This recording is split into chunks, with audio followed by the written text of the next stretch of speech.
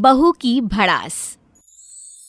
माना ससुराल में सास की बात का जवाब नहीं देना चाहिए, किसी से जबान नहीं लड़ानी चाहिए और जो भी हो बहू को तो जबान खोलनी ही नहीं चाहिए।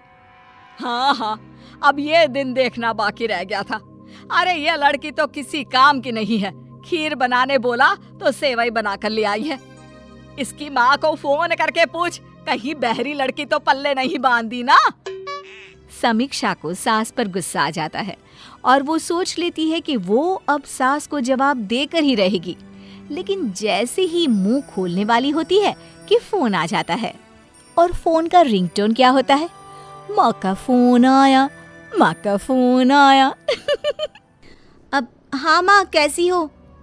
नहीं माँ, किसी से कोई बात नहीं हुई, सब ठीक है। अच्छा माँ, रखती हूँ, नमस्ते। अरे कैसे बात कर रही थी झूठी कहेगी, किसी से कैसे कोई बात नहीं हुई। ला फोन दे, मैं बताती हूँ तेरी माँ को कि गूंगी की बहरी लड़की झड़ दी हमारे माथे पर। बड़बड़ करके सास दिन के खर्राटों में लग जाती है, लेकिन समीक्षा वो वहीं खड़ी है ड्राइंग रूम में। बहू को गुस्से में लाल देखकर टीवी बोल पड़ता है। अरे क्या हो गया बिटिया, क्यों परेशान हो? बहू टीवी के मुंह से बिटिया सुनकर और जोर जोर से रोने लगती है। बिटिया कितना प्यारा लग रहा है ये नाम, अरसा हो गया बिटिया नहीं सुना किसी के मुंह से इस घर में। मैं तो तेरे मायके से आई हूँ, मेरे लिए तो तू बेटी ही है, लेकिन तू सास के इतने ताने क्यों सुनती है? करारा जवाब दिया करना। कैसे तो करारा जवाब? माँ ने क्या सिखाया है कि सास के सामने बोलना मत, तो बताओ कैसे बोलूं?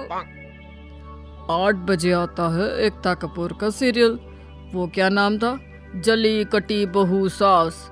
उसमें वो देखो राधा कैसे सास को सुनाती है। हाँ, मैं भी बोल दूंगी अब कि भाई माँ को कुछ बोला ना तो जीभ खींचकर गले में लपेट दूंगी और टाई बना दूंगी, और तो और मैं तो उसके दांत तोड़कर हाथ में दे दूंगी। टीवी बहू की बात सुनकर हंसने लगता है कि तभी सास की आवाज आ जाती है। बहू, अरे बहू, कहाँ हो, मर गई क्या? अरे कहाँ से ले आया है ये चंपट लड़की, ना बोलने में ठीक ना देखने में। एक हम थे अपने जमाने में, अरे सास के दिमाग में क्या चल रहा था वो भी समझ जाते थे। अरे मेरी तरह बनने की कोशिश तो कर, कल मुही। हे भगवान, माँ जी उठ गई, अब मैं कैसे पता करूं कि ये कैसी थी? तभी मरे ससुर की फोटो बोल पड़ती है। 1 नंबर की चुड़ैल थी, बाल खोल कर निकल जाए तो गली के 4 बुड्ढों को हार्ट अटैक आ जाता था।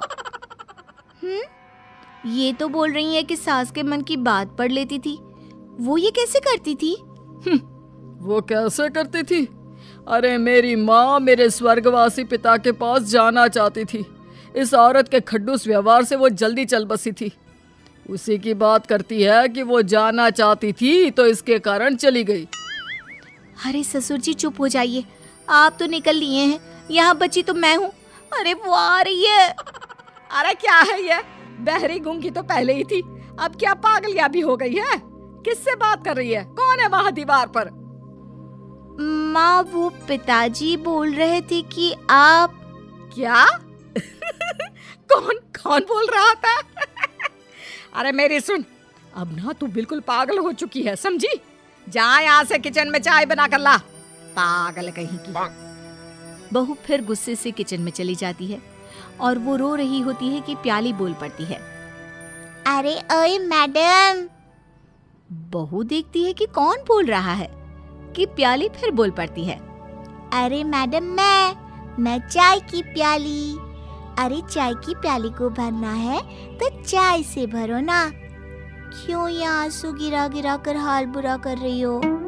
बोल ले, तू भी बोल ले। अरे इस घर की प्याली तक ताना देती है।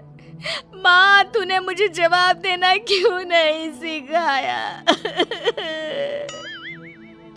अरे पागलिया, चाय बन गई क्या?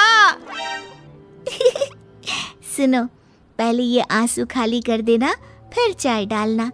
पता चला चीनी की जगह नमक वाली चाय पिला दी सास को। बहू जल्दी से सास को प्याली धोकर चाय दे आती है। सास का अत्याचार बढ़ता ही जा रहा था। वहीं बहू भी अपनी माँ के सिखाए संस्कारों के सामने कुछ नहीं कहती, लेकिन अंदर ही अंदर घुटती रहती है। क्या बात है यार, कहाँ तो शादी हुई थी तो तुम डायमंड जैसी चमकती थी, अब तो बिल्कुल फीकी फीकी सी लगने लगी हो। अरे वो डायमंड नहीं, अमेरिकन डायमंड था, जिसकी झूठी चमक दिखाई थी तेरे झूठे सास ससुर ने। एक बार फिर माता पिता की बुराई सुनकर बहू अपने हाथ की मुट्ठी को जोर से भींचती है। वो सोच लेती है कि इस बार सास के मुंह से एक भी शब्द और निकला तो घुमाकर मुक्का उसके मुंह पर दे मारेगी। तभी अरे क्या घूर रही है हाँ? मुट्ठी तो ऐसे बना रखी है जैसे मन में सोच रही हो कि घुमाकर मुक्का मेरे मुंह पर मारोगी। नहीं नहीं माँ जी, मैं ऐसा क्यों सोचने लगी? आप तो मेरी माँ जैसी है, माँ को भी कोई मारता है क्या? अरे बस बस, जो बोलना है बोल, लेकिन तेरी माँ जैसी तो बोलना ही मत। हाँ, अरे इतनी बड़ी बॉडम नहीं हूँ मैं, देखा है तेरी माँ को। अरे गाय भी उसके आगे चालू लगती है, इतना सीधा भी क्या बनना जिंदगी में। सास बड़बड़ करके वहां से चली जाती है। बहू मन ही मन सिसकियां भर रही होती है कि सामने की खिड़की बोल पड़ती है। कूद जा। अरे मैं कहती हूँ कूद जा मेरे ऊपर से और भाग जा कहीं। कहाँ जाऊंगी मैं? अरे कहीं तो जाओगी ना, जहाँ मन ही मन में घुट न जाओ। अरे तुमसे तो अच्छे हम निर्जीव चीज हैं, कम से कम कुछ भी हो चूं चूं की आवाज तो निकाल लेते हैं ना। बहू को भी लगता है कि हाँ, उससे तो अच्छे वो लोग हैं जो कम से कम बोल तो सकते हैं। वो खिड़की की बात का जवाब दे रही थी कि वहां उसका पति और सास आ जाते हैं। अरे किससे बात कर रही हो तुम? वो जी, मैं इस खिड़की को जवाब दे रही थी, बोल रही है कि मुझसे अच्छी है, कम से कम चूं चूं की आवाज तो करती है ना। तो कह दे इस खिड़की से कि मुझे भी तेल डालकर इसकी आवाज बंद करना आता है। वैसे देख लिया बेटा, मैं ना कहती थी कि बीवी तेरी पगलियां हो गई है, खाली अकेले खड़ी खड़ी बड़बड़ाती है और मेरे सामने जबान में ताला लग जाता है। अब माँ, मैं इसे डॉक्टर के पास ले जाता हूँ, या फिर तू भी चल। सभी डॉक्टर के पास पहुंचते हैं, जहां डॉक्टर उसे देखकर कहते हैं, इस तरह के कई पेशेंट आते हैं हम लोगों के यहाँ। दरअसल ये बीमारी उन लोगों को होती है जो अपनी बात सामने वाले को बोल नहीं पाते, वो सिर्फ मन में ही बात रख लेते हैं।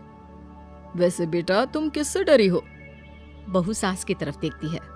अच्छा तो ये बात है, बहन जी ताना देती होंगी आप इसे, क्यों? लेकिन बहू अपनी बात रखा करो। अरे सास बहू के रिश्ते की खूबसूरती है उनकी खटर पटर। क्यों पंखे महाराज, ठीक बोल रहा हूं ना मैं? डॉक्टर पंखे की तरफ देखकर वैसे ही बात करता है जैसे बहू टीवी और घर के दूसरे सामान की ओर देखकर। माँ, लगता है ये भी किसी से दबे हैं और उसके आगे अपनी भड़ास नहीं निकाल पाते होंगे। हाँ वो तो ठीक है बेटा, लेकिन कौन? तभी डॉक्टर की बीवी आ जाती है। हाँ जी चलो उठो, अब चलो किचन में बर्तन धोने हैं। ये बोलकर डॉक्टर की बीवी चली जाती है, लेकिन डॉक्टर वो तो पंखे से ही बात करते रह जाते हैं।